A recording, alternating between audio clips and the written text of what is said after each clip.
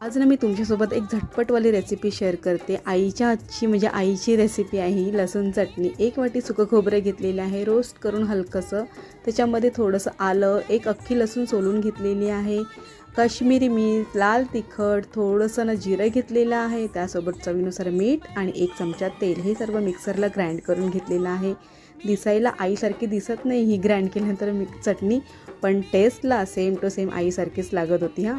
तर मी आजच्या टिफिनमध्ये बनवलेली चपाती आणि न आवडती भाजी असेल किंवा गरम गरम कोणतीही भाकरी असेल आणि ही चटणी जर घेतली ना खायला, एकाच्या जागी 2 भाकऱ्या आरामात जातात। तसंच माझ्याकडे आज न आवडती भाजी आहे म्हणजे कोबीची, त्यामुळे मी बनवले मूग डाळीची भजी आणि गाजर पुलाव, कोशिंबीर आहे बीटची। आजचा इथे टिफिन रेडी झालेला आहे आणि देवी आईची आज माळ दुसरी आहे, रंग लाल आहे। माझ्या ह्या सर्वांचा उत्साह बघून खरोखर वाटतं की माझ्याकडे आज पाऊस नसताना तर मी खरोखर साडीच वेअर केली असती। तर व्हिडिओ आवडला ना, लाईक करा, शेअर करा।